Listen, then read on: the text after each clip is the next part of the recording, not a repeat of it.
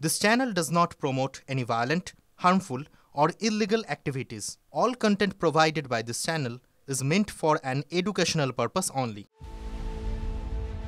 আরও বিপাকে অনিল আম্বানি ৭৫০০ কোটি টাকার সম্পত্তি বাজেয়াপ্তর পর ফের ইডি অফিসে তলব ব্যবসায়ী অনিল আম্বানিকে। স্টেট ব্যাংক অফ ইন্ডিয়ার ঋণ সংক্রান্ত আর্থিক তছরূপ মামলাতে তলব করা হয়েছে অনিল আম্বানিকে। আগামী ১৪ই নভেম্বর জিজ্ঞাসাবাদের জন্য তাকে তলব করা হয়েছে। একসময় ধনকুবের থেকে দেউলিয়া হয়ে গিয়েছিলেন অনিল আম্বানি। শেষে ভাই মুকেশ আম্বানি ঋণ পরিশোধ করে জেল যাত্রা আটকেছিলেন। ফের একবার আইনি বিপাকে জড়ালেন অনিল আম্বানি। রিলায়েন্স গ্রুপ ও অনিল আম্বানির বিরুদ্ধে আর্থিক তছরূপের মামলা দায়ের করা হয়েছে। চলতি সপ্তাহে এই মামলাতেই ৭৫০০ কোটি টাকার সম্পত্তি বাজেয়াপ্ত করে ইডি। এবার অনিল আম্বানিকে তলব। তবে এই প্রথম নয়, এর আগে গত ৫ই অগস্টও আর্থিক তছরূপ মামলাতেই তলব করা হয়েছিল। সেই সময় ৮ ঘন্টা একটানা জিজ্ঞাসাবাদ করা হয়েছিল। বিদেশে কত সম্পত্তি রয়েছে, কোম্পানির লেনদেন সংক্রান্ত যাবতীয় কড়া প্রশ্নের মুখে পড়তে হয়েছিল।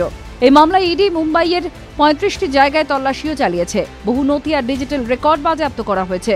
সোমবার ধীরুভাই আম্বানির নলেজ সিটি বাজেয়াপ্ত করা হয়।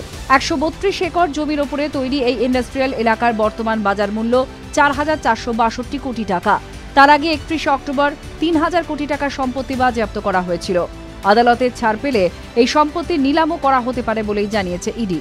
কেন্দ্রীয় তদন্তকারী সংস্থার সূত্রেই জানা গিয়েছে, অনিল আম্বানি ও তার সংস্থা ৪০,০০০ কোটি টাকারও বেশি বকেয়া ঋণ রয়েছে, যা ২০১০ সাল থেকে দেশ আর বিদেশের বিভিন্ন ব্যাংক থেকে নেওয়া হয়েছিল। এক ব্যাংক থেকে ঋণ নিয়ে আরেক ব্যাংকের ঋণ মেটানো হয়েছে। টিভি9 বাংলা ডিজিটাল।